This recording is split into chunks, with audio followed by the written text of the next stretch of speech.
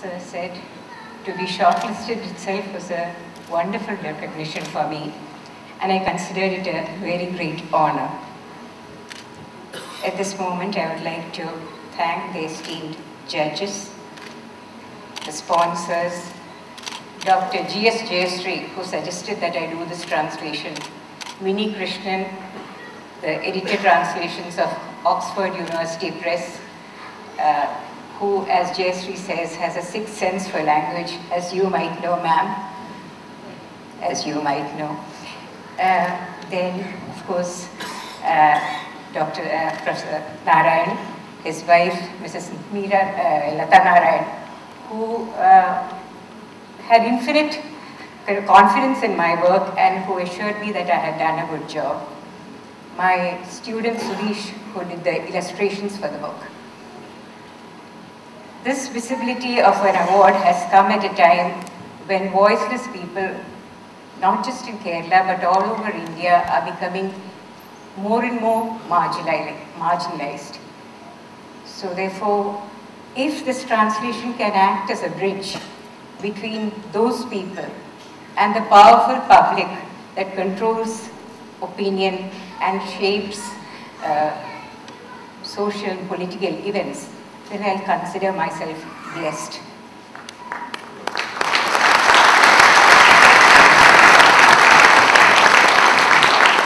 The Economist motto celebrates intelligence that presses forward against an unworthy and timid ignorance that tries to obstruct its path.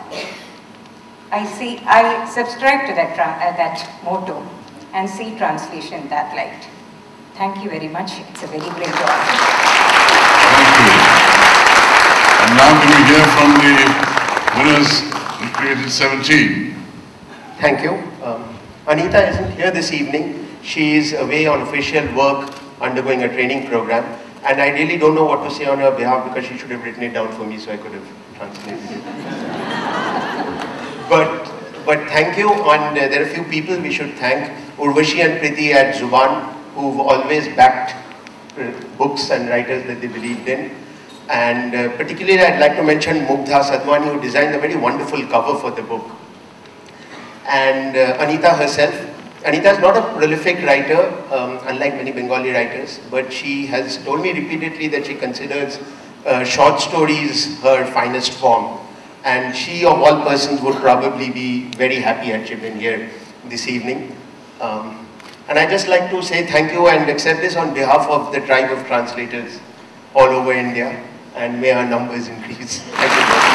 It's now I would like to ask Judge C.S. Lakshmi to please read the citations. It's my pleasure to read out to all of you a citation that we have for our winners today.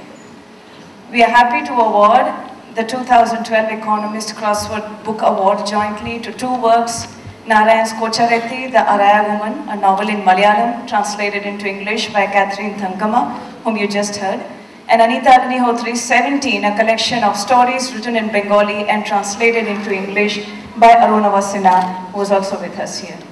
Narayan's Kocharethi is a remarkable human narrative chronicling the fictional histories of a family belonging to Malayalam tribal community of central Kerala. It constitutes a landmark not just because it is the first novel to be written by a member of that community about its experiences in the difficult transition to a questionable modernity, but because it is an extraordinarily powerful literary treatment of tradition, dispossession, individual desire, and collective loss. Narayan describes the gradual erosion of an identity rooted in land and its use, and sets this against the official histories of national politics and religious sectarianism. With an imagination steeped in nostalgia, he records the beliefs and daily practices of his community, vividly recalling a way of life that is nevertheless read under the sign of loss. In effect, he acts as the community's translator, literally as well as fictionally, rendering Araya experience in the regional Malayalam dialect rather than the near extinct Araya language, and converting, if you like, the forgotten remnants of history into the legible contours of an imagined life story. Catherine Thankama's translation is faithful to the ethos of translation. Translation as witness, translation as record, established by Narayan's book. Her work conveys with a commendable exactness and scruple the cultural nuances of Narayan's writing and succeeds in maintaining its sensitivity and strong narrative engagement to the end. The book is beautifully produced with line drawings and supplementary critical material drawing out the richness of the text. Anita Agnihotri's 17 is a collection of short stories that capture intense individual moments taken from the flow and press of modern life, both rural and urban. They depict a society in transition, too busy to take account of its own experiences, yet pushed back in sudden, unexpected encounters into a recognition of the singularity and unrepeatability of all experience. The stories cover an extraordinary human and narrative range and are outstanding for their skill and sensitivity, as well as their awareness of the humor, pity, and violence in ordinary human lives. Aruna Vasina's translation is readable and lively, offering easy access to the human power and urgency of his narrative material, and conveying also in passages of description its poetic sensitivity and warmth. We are happy to commend both books and their translators for their contribution to the range and diversity of Indian literature in translation. Congratulations once again. Thank you all very much. You may return to your seats now. Thank you so much. We have been most entertained and enlightened and inspired by many of the things that the writers and judges have said. But I would like to add, since I'm supposed to keep the show going, that I would appreciate a certain amount of brevity in what is said. Otherwise, we could be here till midnight and Inspector Dhoble will come knocking to spoil our celebrations. So, please bear with me and keep the comments as to the point as you can. We do value and appreciate what you have to say. Writing is a tricky business. And as all writers know, it's not without its perils.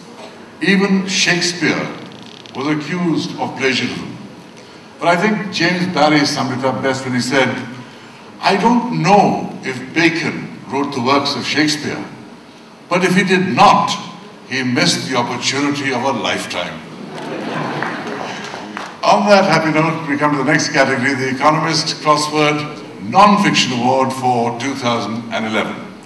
The jury members for this are Harish Sethi, who is a consultant editor at Seminar Magazine and regularly writes for issues associated with development and current politics. He's been associated with a number of NGOs and served on many editorial boards of journals. Mr. Harish Sethi, please come up on stage and please welcome him warmly. And I think we should welcome him particularly warmly because the other two members of the jury are not here.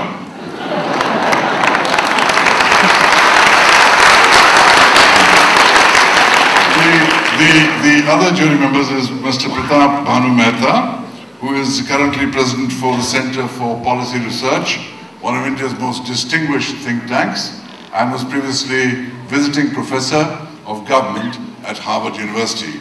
The other missing juror is Adam Roberts, who is the South Asia correspondent for The Economist and oversees its news coverage from India, Pakistan, Sri Lanka, Bangladesh, Nepal, and other Asian countries. He's been in India since 2010.